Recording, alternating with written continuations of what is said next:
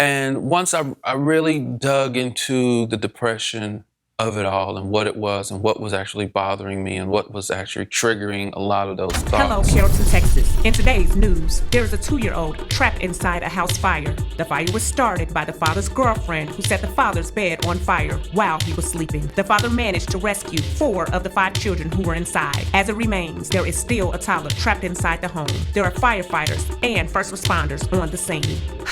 I don't know how this is gonna turn out. We will keep you posted on the latest as the story develops. Reporting for Good News 1, I'm Sherry Jones. Thank you again, everyone, for joining us today with another episode of After the Fire. Today we're going to talk about the fact that I quit doubting God. There was a time when I realized that I knew only God could pull me through the situation. I knew only God could help me figure out which ways to go next. I knew only the Holy Spirit would guide me and teach me as I moved on. I knew that unless I surrendered 100% to God, I wasn't going to make it. It was either 100% to God or 100% to Satan. But I knew I had to get back, and the only way to get back successfully that was going to allow me to have strength, longevity, as well as be able to move my family forward from a generational curse perspective and generational blessing perspective, that there were a lot of situations that I was going to go through in this rebuilding process, that I was going to have to successfully move through these situations, and it would ultimately not just set me up for a great life, but set my children and children's children's children up for a great life. So I embraced it, knowing what I knew in church, coming from the background I came from. I just embraced it, and I said, you know what, Lord, I'm ready. Let's do it. So I completely quit doubting God, and I figured out that I needed to fight these other issues, right? At this time, I'm at a very low mental state and a very low spiritual state, kind of. Spiritually, I was growing and building. But physically, my carnal mind was warring in a lot of different directions, right? Because there was a time where I had a lot of donations, I had a lot of money that I had saved up, I had a lot of people that I knew, I had a lot of influence already. So I had to ask myself the question, what am I going to do with all of that? How am I going to rebuild my whole life and use all of those resources accurately and not frivolously or not irresponsibly? So I figured the first thing I needed to do was I needed to be whole. I needed to be a whole individual to make sure that none of the actions that I did with, to, around, or for the people that I knew or the life that I was trying to build, none of it would be bad. None of it would be with ill intention, as long as my heart was pure and my actions were pure. And I stayed connected to God and allowed Him to lead me and guide me through certain situations. So what I decided to do was tackle the enemy, really. I decided I need to fight back. I can't let depression, I can't let anxiety, I can't let stress, I can't let the humiliation of it all, I can't let that intimidate me as I move forward. So the first thing I decided to do was read some books and understand how the mind worked, how thoughts worked, how we process thought. And I got a lot of information. I got a lot of information from reading books and doing research. I have some friends who are psychologists and or was going to school for psychology, and they helped me out a lot with a lot of situations regarding different types of mindsets and different types of mental illnesses that arrive at this stage in life for a lot of people during trauma. So with all this information, I said, you know what? Okay, so first, I had to dig into what is depression? What actually is it? How does it come? Why does it come? And how do we rid ourselves of it? Like, how do we stop it from happening? Because if it's just a thought that triggers another thought, that triggers another thought, that just sends you into a lower state of mind, or some scientists would say that it forces your body to produce a lower level of electricity. And the electricity in every cell of our body needs to be at a certain rate. And if that drops at any point, we have cell damage. The cells cannot survive. So I knew at that point, I said, okay, so I know that if that's the case, right? If me being depressed really pulls me down into a lower mind state, or a lower mental state, or a lower state of generating electricity to the cells in my body, I've got to go the opposite way.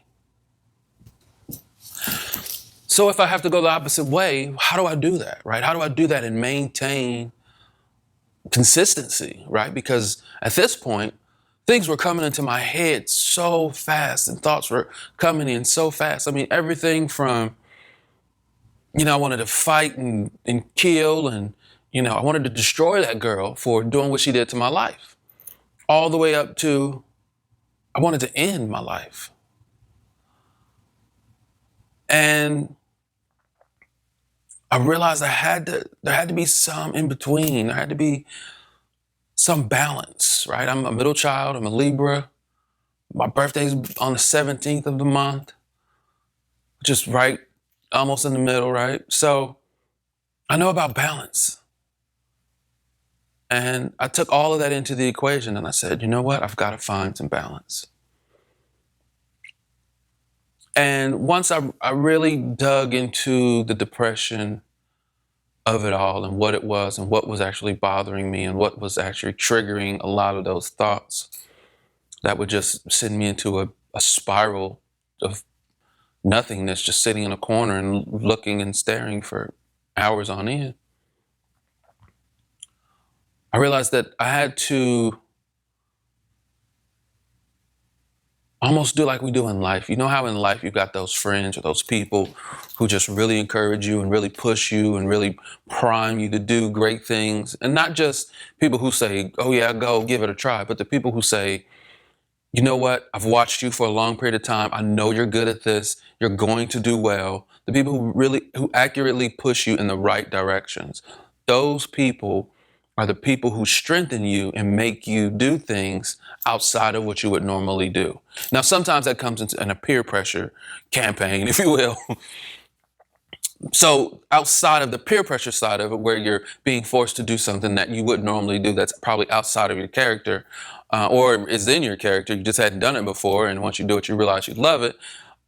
We're going in the opposite direction, because we have to do things that are going to be peaceful, that are going to be healing, that are going to help other people, and that are going to help my family. So I said, if I apply that same concept to life, I wonder how that would work. So I did just that. Everything I read, everything I watched on TV, every song I listened to, every message that I'd seen on Facebook that was negative, I would remove it from my life. I would block certain friends that I knew were negative. I would block certain people that I knew were just gonna put on a bad comment. I would block people from my cell phone. If a person called my phone and they needed to get a hold of me and they couldn't, and was frustrated, and just sending a lot of just different verbiage or rhetoric to the phone, I would block them. Because my mental health is at stake here. My spiritual health is at stake. My generational blessings and curses are depending on me to be able to move through them successfully. And I didn't want the outside noise. So I shut off the outside noise until God shut off the inside noise. And every thought that I would have that would be a negative thought, like thoughts of, you can't rebuild this. You'll never get back to where you were. I would challenge those thoughts with, it's been 33 years. This is 1 year out of my life. And this could be up to 5 if I don't regain memory. I knew this one segment of my life was not going to stop nor did it have the ability to destroy what was coming later in my life. And it can't stop the 33 years that I've lived and seen great things. Every session at the gym is about pushing your limits and sculpting a stronger you. That's why it's crucial to fuel your recovery with the right protein supplement. Discover the power of isogenics. From moringa-infused smart mixes to plant-based proteins and advanced cell repair formulas, isogenics supports not just muscle recovery, but your overall vitality. Experience the change and boost your strength with every product. Which led me to believe not only am I going to be able to build back my life, but given the information that I had, the experiences that I went through, and once the knowledge came back, or my memory came back, I was going to do even greater things. So I would tell myself, no. This is just a setup for the blessing. Things are going to get way better from here. As a matter of fact, if the Bible is true and God's word is true, God himself has to balance this out. God himself has to give me back what I've lost. God himself has to destroy the enemy for my sake because he's hurt one of his children. And there's a scripture in the Bible that says it is better to be cast into the sea with a stone around your neck than to just offend one of the least of my children. I tell you what, I was way more than offended. And I knew I wasn't the least. I was 80-20. I got to at least be in the middle. So I knew God was going to fight for me as well. So I would challenge those thoughts every time they come in. Every time. And sometimes I'd challenge them with 2 or 3 thoughts of good. That your kids are never going to bounce back from this. Yes, they will. Not only are they going to bounce back, but they're going to help each other bounce back. And I'm going to lead the bounce back. And I'm going to share with them what I'm going through right now so that if they ever have to go through this, they know how. So not only are they going to bounce back, but they're going to bounce back with about 30 good years of solid information that I'm going to just implant into them so I know that they're going to make it through. So yeah, we're going to bounce back. We're going to bounce back. Their moms are going to bounce back. Their cousins are going to bounce back. My everybody's going to bounce back from this, and we're going to bounce back stronger. These are the things I would tell myself. And I would just constantly fight. Instead of sitting in a corner and just letting the thoughts play out, I started fighting them back. Every time. Every time I get a negative thought, I'm going to find a good one. I'll conjure up a good one. I'll research a good one. I'll make up a good one. I'll figure something out, but there's no way the negative thoughts that are just going to travel and roam in my mind rent-free. Just like the people in our lives, there's no way you can let people get into your mind or say certain things to have you in a mind state of confusion, upset, frustration, and you just let it happen.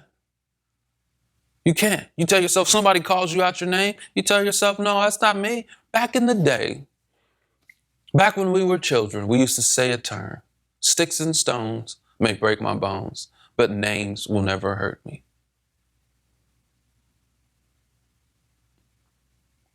So I would just play that right back to the enemy, right back to those negative thoughts. No, it's not going to end here. It's not going to stop here. Things are going to get better. And this is how I'm going to do it. And at some point I would start to plan. I would write out what I wanted to do, where I wanted the next 5 years of my life to be, and then how I was going to make it happen. And at that point, I realized that there was no point in me trying to get out and party. There's no point in me trying to go and hang out with friends. There was no time for that. I had to build me. I had to build my life. So the first thing I did is I said, I'm going to sink myself into business.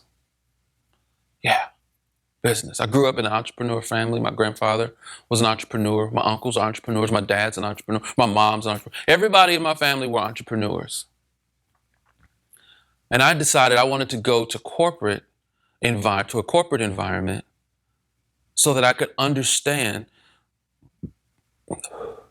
the way businesses were going.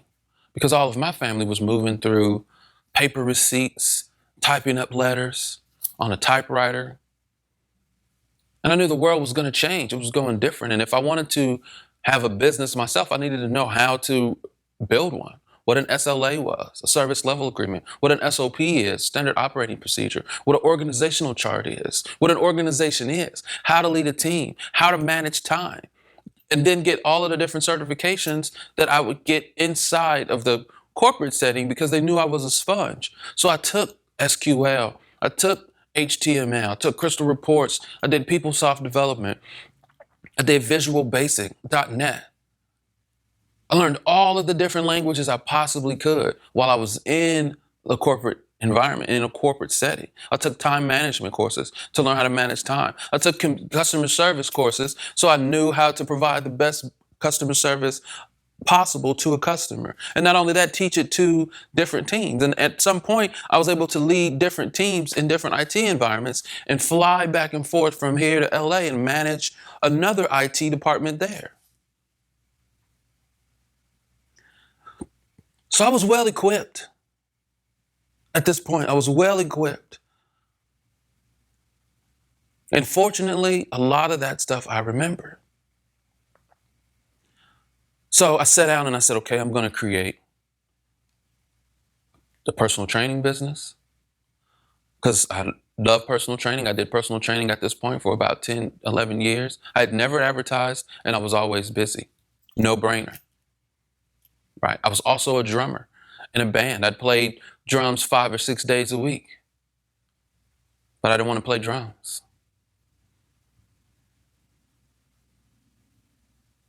I also build websites. I enjoy building websites. I can do that with my eyes closed. So I decided I wanted to build a company that built websites and did marketing. So I wanted to start me a small agency, right, where we just did small things. We built websites, we did flyers, we did business cards, just the small things to help a business get going. So I did that, and I wanted to take over my grandfather's business. At that time, he had a business where they would sandblast and paint heavy equipment to just restore it to a better shape. Bulldozers, tractors, trailers, cement mixers, dump trucks, backhoes, any heavy equipment to do road construction or farming was pretty much the basis of their work. But I wanted to sink my hand in it, right? My grandfather ran it. He passed it down to his children. Most of those children had died at this point, and the business was kind of just being split up. So I took a portion of it that I could, and I just kind of remodeled it and revamped it and created training material, onboarding material, set up HR departments and different departments using the members inside the family, found a building to do the work and do the sandblasting and do the painting, and had a sandblast pot built. I bought my paint pot. And, we were off and rolling.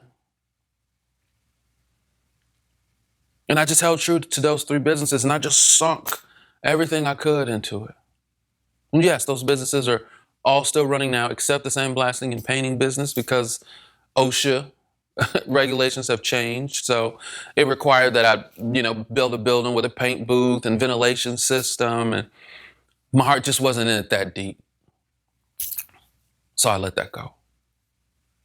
I spun up an AV and IT support business soon after that, which still runs today and is running very well. We do service here in Corpus Christi as well as in the Dallas-Fort Worth area. My agency, of course, I'm producing this production as well as several others for other people, and I have a studio here in Corpus Christi where I do productions and recordings and writing, and we have a good time. It's a full-blown agency, a full-blown marketing group, Sparkling City Marketing Group here in Corpus Christi. Texas Techs is our AV and IT support company, and then Change LFE, which is a shirt I'm wearing right now, is for personal training and inspiration, to provide inspiration to people who are lost or are trying to lose weight and go through a transformation and change their lifestyle. I lost 80 pounds, all natural. So for me to be able to help other people move through that process is a blessing, and it's part ministry as well. So things have worked out really well at this point. But if we go back to me sinking myself into business, right, to get through this depressive state of mind, I'm fighting back positive thoughts with the negative thoughts. I'm fighting.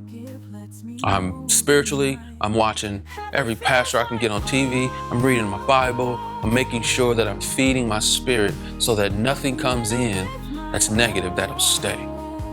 Of course, I altered my friends list and who I hung around and who I just talked to make sure everything I was getting was going to help me build. And I realized I would sit in a corner and just kind of stare for maybe a couple hours. And then I was okay. And I realized this is working. Because I'm going from sitting in a corner for days sometimes to hours, 6-8 hours at least, to now just a couple. And then after that, I was okay. I was functioning. I was ready to work. I was ready to do some more stuff. So I kept doing it. Same thing. Reading my Bible, feeding myself positive information, hanging around positive people. Sometimes I even did positive affirmations. And it was working. And I didn't need a prescription. Businesses were going well. I'm managing everything okay. About 4 or 5 years later, I was in my own place with my children, and we were moving through things really well.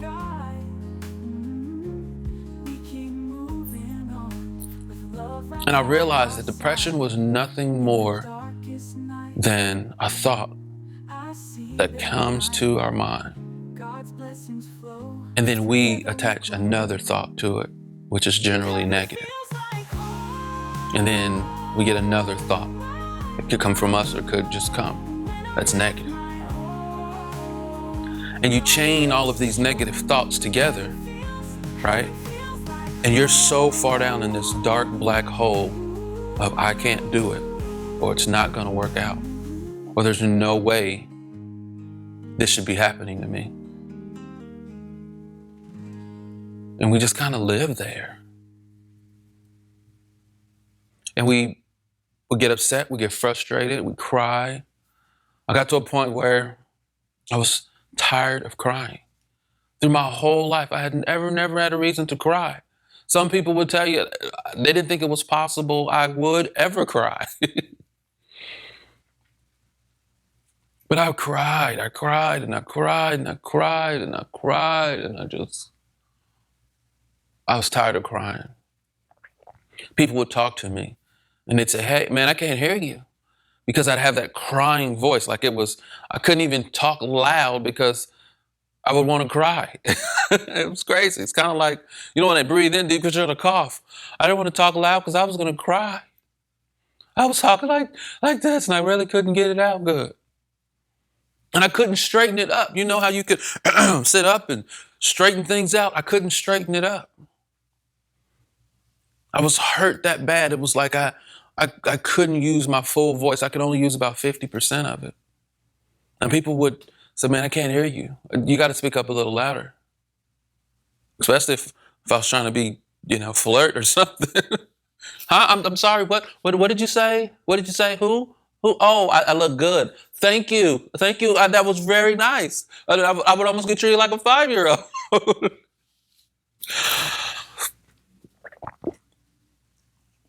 So once I realized this was working, I started to regain a little strength, right? Because anytime you do something that works, you start to feel good about it. You start to feel accomplished.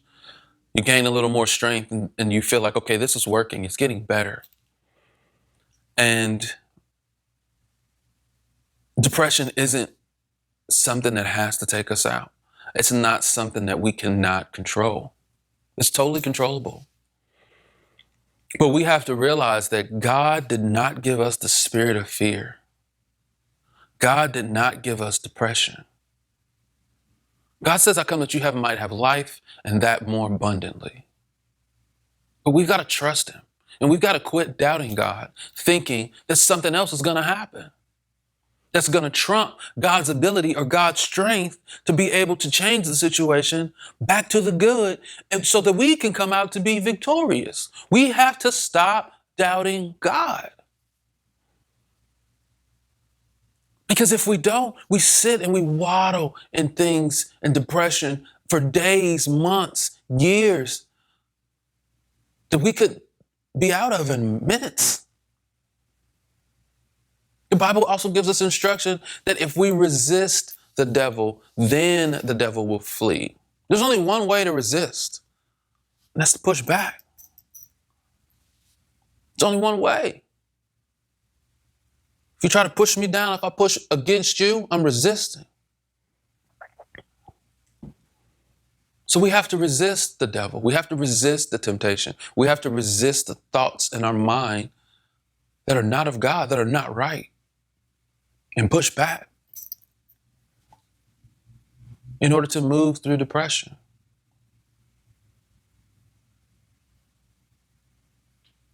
It's not an illness.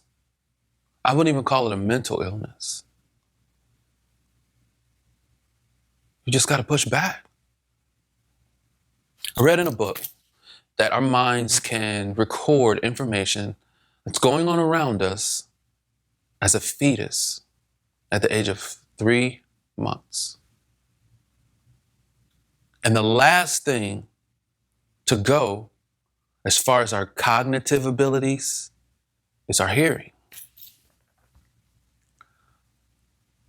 So our mind's recording information first, and that's the last thing that happens on the way out.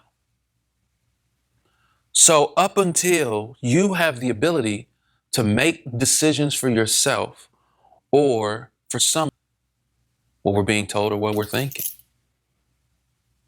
But up until that point, your mind has recorded information that may not have anything to do with you. It may be a bunch of information from around you that was not necessarily accurate, that was not right. But these thoughts come into our head, right? At times when we don't know what to do, or we're at a very low state of mind, or we're at a very hurt place in our life. And we have to realize that these thoughts and this information is not always the most accurate information. So this information is not the most accurate information. And we can't use it. We can't use it. So we have to destroy it. And the only way to destroy it is with a positive thought. Sometimes it's suicide. Sometimes it's you can't make it anymore. Sometimes it's nobody loves you. Sometimes it's you're the only one going through this. And that information could have come from several different ways or several different people, but it's not right. And if we attach to it and hold it like it's ours, this is my depression. So I'm not feeling good right now. I don't want to talk to people. I don't want to do this. I'm not at the best state. And we just feed it. It grows and gets bigger. We get more negative thoughts. And then we isolate ourselves and sit in a room and conjure up more thoughts. And if we're listening to outside people, you know, every friend has a way that you should get through your problem that they have not themselves been able to get through successfully just quite yet. So they offer it to you and they try to live vicariously through you, and you can't use it. And once we realize that the largest obstacle in life we'll ever overcome is other people's opinions, life gets a little sweeter. It gets a little sweeter. And that's exactly what happened. I got my own place. My kids were doing good at this point. Life was getting a little sweeter. I still had other things to battle through, but at this point, life got a lot sweeter. And depression itself. Every session at the gym is about pushing your limits and sculpting a stronger you. That's why it's crucial to fuel your recovery with the right protein supplement. Discover the power of isogenics. From moringa-infused smart mixes to plant-based proteins and advanced cell repair formulas, isogenics supports not just muscle recovery, but your overall vitality. Experience the change and boost your strength with every product. Made like look really grim and look really dark and look like a situation I didn't think I'd ever come out of. But the love of God and the faith in God allowed me to appreciate the fact that the trees don't have to pray. The grass doesn't have to pray. The earth, it replenishes itself. It doesn't have to pray. Because God is going to take care of it. And He's going to take care of us. No matter what we go through, no matter what we have been through, no matter what anyone tells you, but we got to rely on Him. We've got to trust Him 100%. Because just like life, if the enemy knows you're hurting or you're down, he's coming to kick you. He's coming to give you that final blow to take you out of here. So we have to take responsibility of our faith. We've got to take responsibility of our minds. We have to take responsibility of feeding our souls good information, positive information. Because on the other side, you see people who are strictly demonic. You see people who are taken over by evil spirits. You see people who are holding up the bloodstained banner of Satan and trying to convert people to get more people to come to that side. We see it. We talk about it. We know how dark the world is right now. We know how dark the world is right now. We know how dark the people around us can be. So if dark Satan or evil people can be that aggressive, maybe we should too. Maybe the good people are just not aggressive enough. Maybe the strong people are just not flexing their plex. Maybe the people who really believe in God and who have faith in God aren't telling other people about how to have faith in God as aggressive as they should. So we, the people, have to change that. If you look around the world right now, there's a lot of wars going on. There's a lot of fights going on. There's a lot of disease going on. There's a lot of deaths going on. If we don't stand up for our life, for our mental health, for the people who are coming behind us, nobody else will. And if nobody else will, you can count that as a loss. And you create generational curses at that point because you were not able to move through hard situations successfully. Now, the Bible says we can get angry, but sin not. You can be frustrated, you can defend yourself, you can fight back, but sin not. Do it in love, do it in peace, do it with kindness, do it considering you made the same mistake.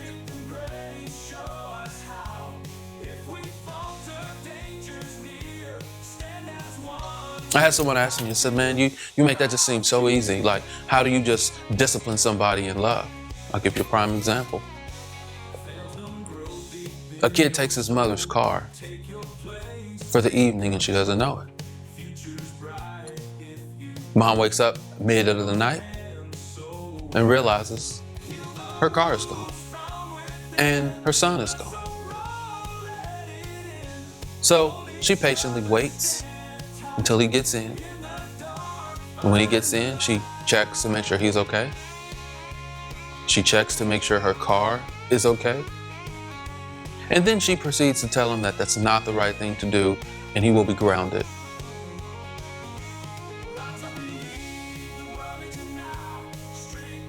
That's love. What could have happened? You say, oh, that doesn't sound too bad. Well, I've seen mothers that don't do that. I know mothers who have caught their sons doing something wrong and would call the cops on them and say that they stole from them. And now the kid goes to jail. He's getting prosecuted with charges. You know the scenario. So if we do things with love, realizing that we may have done it before, we possibly may do it before, and if we do, we want someone to have the same mercy or generosity with us, so we have to give it. And normally in life, if you're going through a situation where somebody has done something to you, it's the setup for when you do it. So you want to sow into the setup of life. Everything we go through is a setup to do better, to make us stronger, or to help someone else. Because remember, we don't work for Satan. We don't serve Satan. So anything that we do is going to help the good.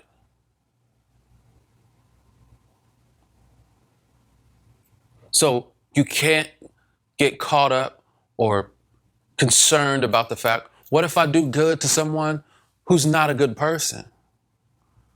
Remember, it's just a setup. It's just setting you up for what you're about to go through. It's setting you up for what you're about to see. It's setting you up to be able to provide the love necessary to an individual who has done something wrong.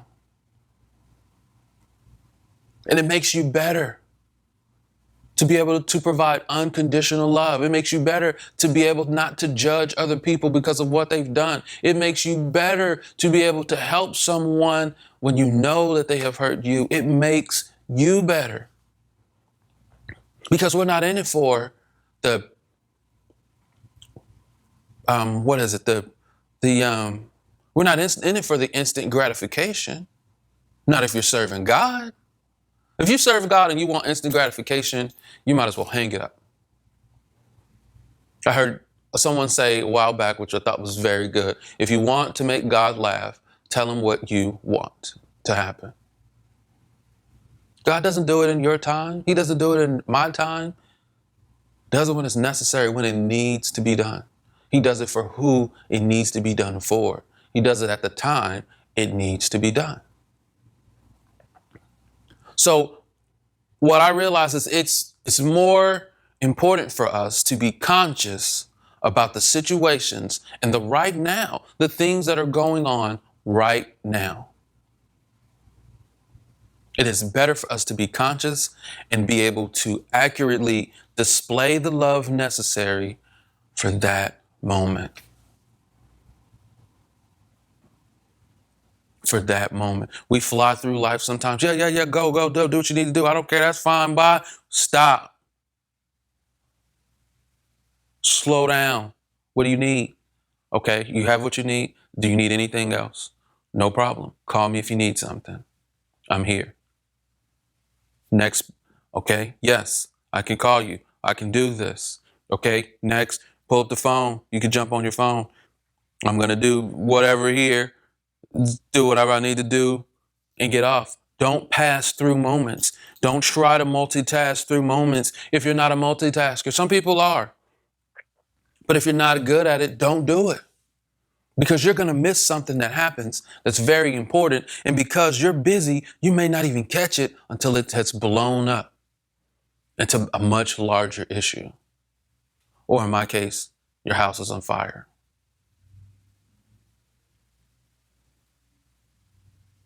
So accurately defend your mind, defend your soul, defend your life, defend your children, defend your family against any negative thought that comes into your mind. Any negative person that comes into your mind. And it doesn't have to be rude and violent. It could just be dismissive. Hey man, somebody told me one time, hey man, I don't envy you because you have a lot to fight through, and I don't know that I could do it. And I ask myself, even to this day, how did he think that was helpful? And I had to dismiss it. I had to dismiss the whole statement because it wasn't helpful. It didn't do anything to me but give me more anxiety. So I had to dismiss it. I could not listen to information like that because it benefited me none. So I quit doubting him, quit doubting God. Things got better. I was able to move through depression much more easily. And I will tell you now, to this day, I don't hear negative thoughts, or it could be that I'm so, I've made such a repetition that I cancel them out quickly. I still don't hang around negative people. Still don't hang around negative people. I don't listen to negative music, anything that's, against helping people, motivating me. I just don't listen to it.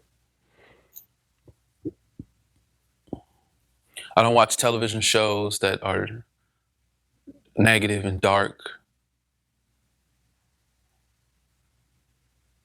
One, to keep me safe. Two, it renders me no help. It's not beneficial. It's misleading. And we have a power in our mind that is more powerful than our thoughts, that are more powerful than our actions. So we have to take control of that, because once you do, you can actually use those thoughts and use those positive vibrations, if you will, to manifest good things in your life. And I say to manifest, to create good things in your life. So just like I would tell people, okay, so instead of me calling in to work to say I'm sick, I need to call into work and say I need to go move my yacht. Or I'm sorry, I need to get my plane back to the hangar today, so I'm not going to make it in. Because if our thoughts are powerful enough to make the negative happen, and it is, because we say it, watch what you say, watch what you wish for. Don't say that, it could happen. So we know it can happen, but we only apply it to the negative. But if we do it to the positive and say that, do that, think that, yeah, think big. Yeah, do great things. Yeah, go do it. There's somebody waiting on you. There's money waiting on you. There's resources waiting on you when you go. Go. Go. Push yourself. Seek God and ask Him for more help. Ask Him for more information. Think big. Plan big. Speak life into people instead of speaking negative. You're good. You're great. Point out the positives. Find the positives in the people around you. Everybody's got them. Find the positives and let people know that I see the great in you. I see the positive work you're doing. I see the man of God or the woman of God that you are. And take that thought, that tongue, and use it to create and build and expand your life, instead of narrowing it down to this dark hole of nothingness. And once you do that, I guarantee it'll change your life. You'll look at this world like you've never looked at it before. I look around now and I think this is a pretty amazing place. We're able to jump in a vehicle with 4 wheels and modify it and drive it off of rough terrain or drive it on smooth terrain. We can dress in nice clothes. We have great bodies that we're in. We're spiritual people in a physical body. Look at the bodies God gave us. And we can do whatever we want with this body. We can destroy it and eat a whole bunch of bad food, or we can run 5 miles every day.